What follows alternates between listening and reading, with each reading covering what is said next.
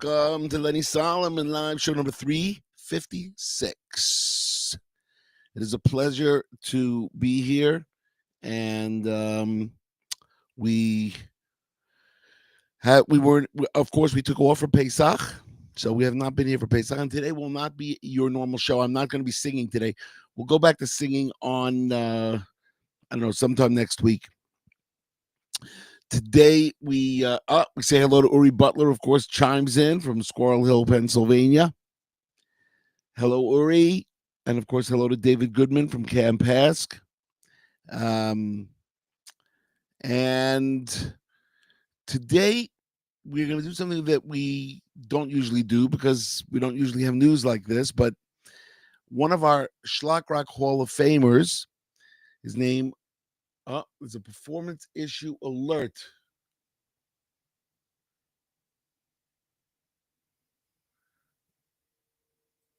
Okay, I don't know. Hopefully you guys are hearing me. Well, I know Uri is hearing me. Anyway, going back to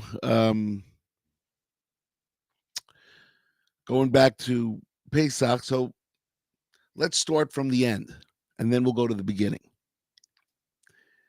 You know, at 1:53 p.m. on Friday, I got a phone call from, yes, okay, the Kosher Cakery has written in, yes, we can hear you. Excellent. So here's the scoop. So at 1:53 p.m. on Friday, I got a phone call from one of my friends that Shmuel Laser had passed away. Now, who's Shmuel Laser? You never heard the name, probably. You've only heard the name if you somehow were involved with watching the band in the mid-90s to the early thousands. And Shmuel Laser was one of the backup singers. He was a backup singer for me. And he also was a schlepper. He would schlep equipment to help us. And we're going to talk a little bit about his life. He passed away in Israel at 7 minutes to 2 on Friday. He had kidney issues and got an infection, couldn't overcome it.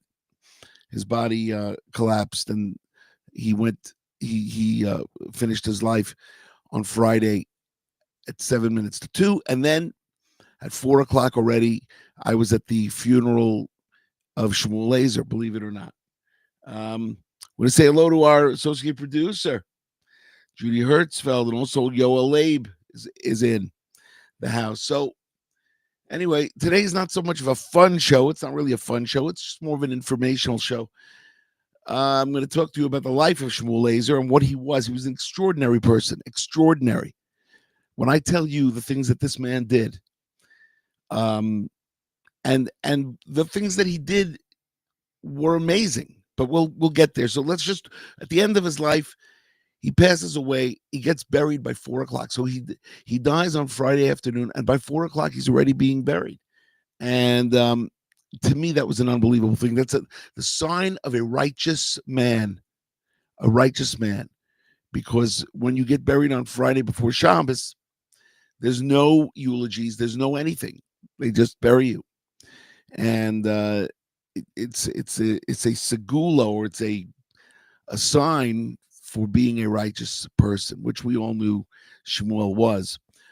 So how did I meet Shmuel? So let's go back. He was born in 1953. He was 72 years old, and he was a rock and roller. He spent the first 35 years of his life going from one rock and roll band to another. He had a voice like Bob Seger. He had a voice like, I don't know. Just a lot of body, a lot of soul.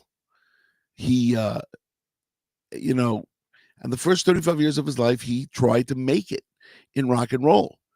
Now, what does that mean? Okay, let me give you some examples. He performed on stage with Deborah Harry, that's Blondie. Not at the same time. They were at the same event, and his band and Deborah Harry's band were there. Alice Cooper. He performed with Alice Cooper's band. Not at the same time again, but he performed, and guess who came to hear him? Mick Jagger and Keith Moon. They came to watch him perform. So he had something. He had some sort of power. And the only thing he didn't have was the mazal to make it in music. You know, he didn't have the mazal to make it in the non-Jewish music world. And so he's 35 years old, and that would be 1988. But I didn't meet him yet. I met him in 1994. And in 1994, I go to the shul Eitz Chaim in Kew Garden Hills. And he's at the end of the bench. And I guess I somehow, spoke to him, and he told me about his life. And I said, "Do you want to sing with Shlock Rock?" And he said, "Yes." And so I started bringing him to Shlock Rock gigs. He was the backup singer, the highlight backup singer for Shlock Rock during the mid 90s and the early thousands. Now, and he would put soul into the shows. We had Eitan G did his thing, Shmuel Laser did his thing, and Shmuel sang on a bunch of albums. So where is he, for instance? If you go to 1999, Shlock Rock Meets the Prophets, there's a track called "Let My People Go." That's Shmuel singing. In 1997, we put out one of the most underrated Jewish music albums ever called Mikdash. And if you're familiar with Mikdash, you know these songs. It's just a great album. I've been listening to it since Shmuel passed away. I've been listening to it. Track 6, track 7, track 9. Track 6 is called Et Achai Anochi Mevakesh. Track 7 is called Get the Feeling. And track 9 is called Ki Lekach Tov. He's on all those three songs. And he's got such power in his voice.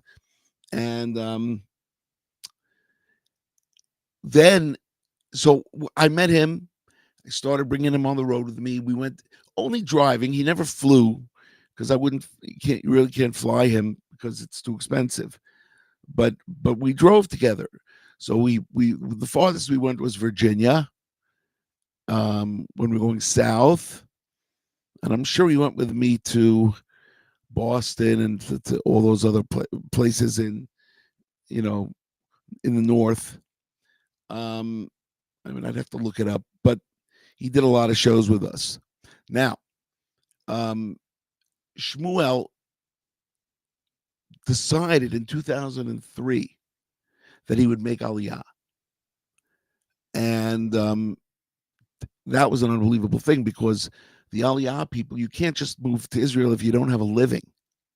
I had to be a guarantor for him that he wouldn't end up on the street, meaning he wouldn't end up homeless. And so I was a guarantor for him. But what was his idea? What was his goal? His goal was to sing on the street to make a living. So he needed just a microphone and an amp, which he bought. And he moved to Israel, and he started making a living by singing on the street. He would put a bowl out, and he would sing, and people would give. And he would turn to me and go, "The people give." And he actually made a living. It was just for him. He wasn't married. But he nevertheless, he had an apartment in Jerusalem, and he moved to Israel, put that bowl out on the street with his mic and his amp, and he sang every day, sometimes twice a day, hour and a half a shot, until he made what he needed to for the day, which at that point was around 150 shekel a day. That's what he wanted to make. So that way he could eat his meals and also put away some money for rent. And, I would also, sometimes I would bring him back all the shaliach mitzvah money that I got, meaning people would always give me shaliach mitzvah money. I gave to him. He was my go-to. And so Shmuel did that from 2003 until 2020. Now, something happened in 2020. While he was singing, or while he was walking, he was actually near the Shuk in Machane Yehuda. He had what's called in Hebrew an irua mochi. An irua mochi means a stroke. He just got a stroke and he collapsed. And they brought him to the hospital. And they got in touch with me because I was his only. He didn't have any relatives in Israel. He had a brother. He has a brother in Long Island, but he didn't have any relatives in Israel. And I was his closest contact at that point. And I became his what's the word? It's called in Hebrew. It's called an apotropos, which is your a guardian. But when he was in the hospital, the doctors turned to me and they go, "The lights are on, but nobody's home." So they expected him to die back in 2020, and he didn't. He didn't die. He got better. It's unbelievable. He got better, and he moved back into his apartment. And he never really went back to singing, though. He couldn't do it at that point. Um, but that's not. It's not. Doesn't really matter. I mean, at that point, he was then getting money from Social Security because he had paid in. So they were taking care of him. But he got better. It was a miracle. And it was in 2020. And now what happened was he perfected himself as a human being, meaning I watched him get holier and holier as the years went by, when he was singing on the street, when he was just talking to people.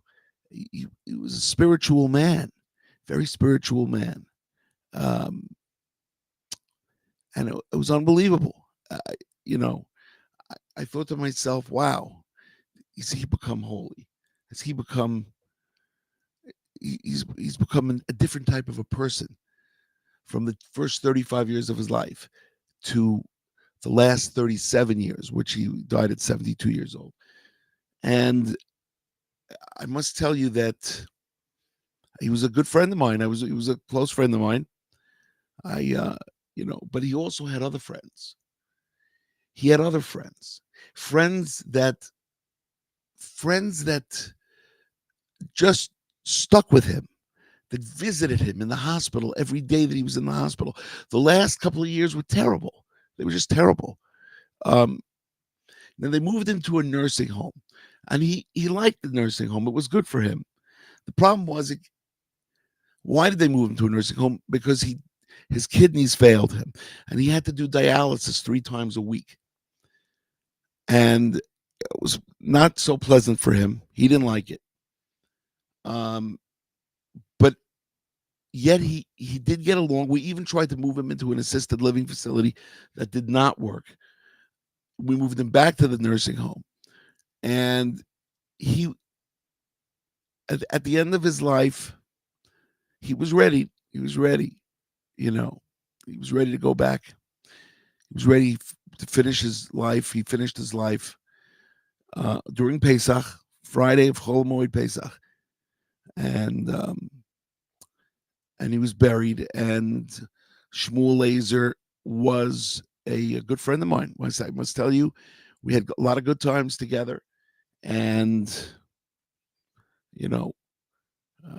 we know that he's doing well up there in Shemayim. We know he's doing well in heaven. And that, my friends, is the story of Shmuel Laser, the 19th entry in the Shlock Hall of Fame. If you go into the website, shlockrock.com, and you go to, there's a drop-down menu that says Hall of Fame. He's number 19, and you can read about him. And you also can see him perform on stage with us all over the place. The camps, I know Camp Monroe. There's a video of us performing in Camp Monroe. He's in that band. Also, when we went to Israel, he started performing with us. He performed with us on stage at the famous rock festival in Beit Shemesh. And there's two video clips. One of us doing Am Yisrael Chai, and the other one of us doing stories from Aliyah Dream, and we dedicate the song to him, and he's singing with us too. And Maybe Born in the USA making Aliyah today. Also, I don't know. I gotta find it. It's somewhere there in YouTube land. But Shmuel, my friend, you know, this is your show. The Lenny Solomon Live, show 356. This is your show. And I didn't even tell you about his music. So let me take the last 5 minutes to tell you that you can hear his music on SoundCloud, on Spotify. If you type in Shmuel Laser, SHMUEL LASER, he's got 2 albums there. One is called Blues for Tamima, and the other one is called Free Will, FREEWILL, Free Will, and the other one is called Blues for Tamima. And Tamima came to his funeral and also came to visit him in the hospital. He had some great friends that visited him. Dove Tights visited him every day or every other day or 3 times a week or whenever he could. And Yoav and Gedalia and Yaakov Lobel and Avraham Burke and Chaim Tripp. Those guys, they came to visit him. They cared about him. I visited him a little bit less from Beit Shemesh. It was harder to get to Ma'ale Adumim where he was, and also in the hospital. He was going in and out of the hospital. But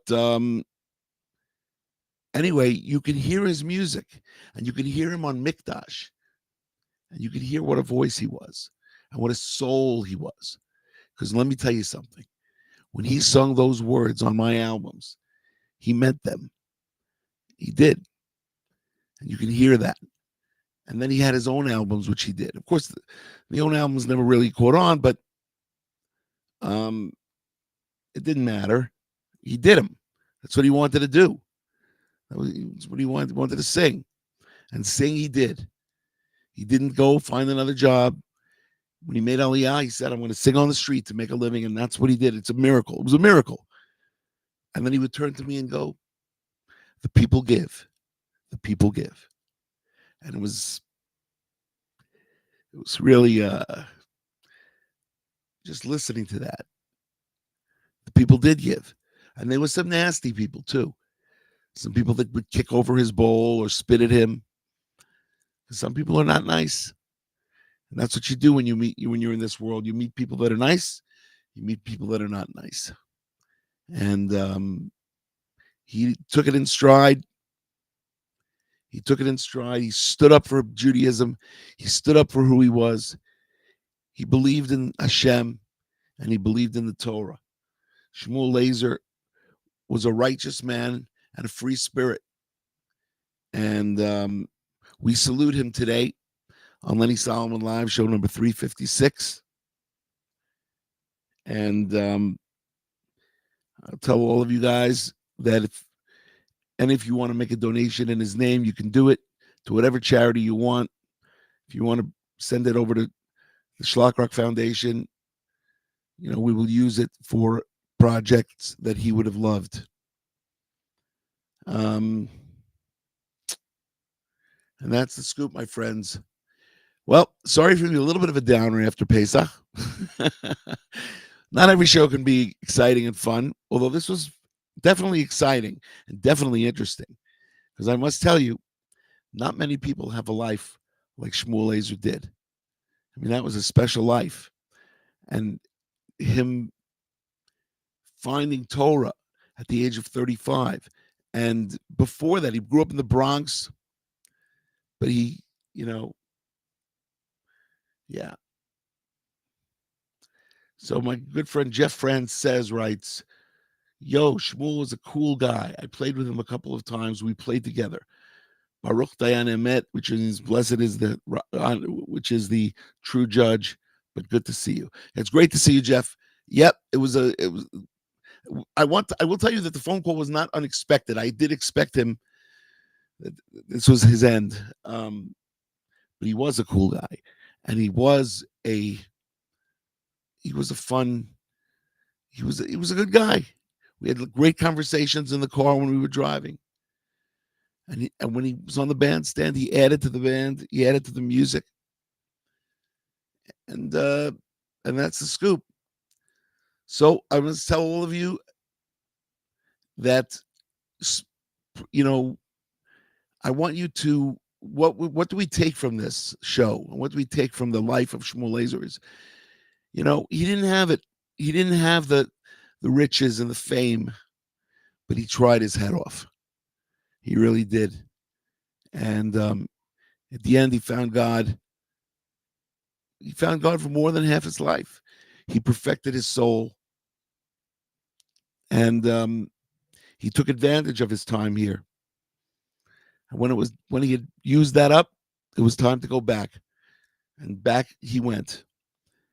For any of you that are in Israel that want to visit him, you'll let me know. I'll show you exactly where he's buried. I'll give you the coordinates.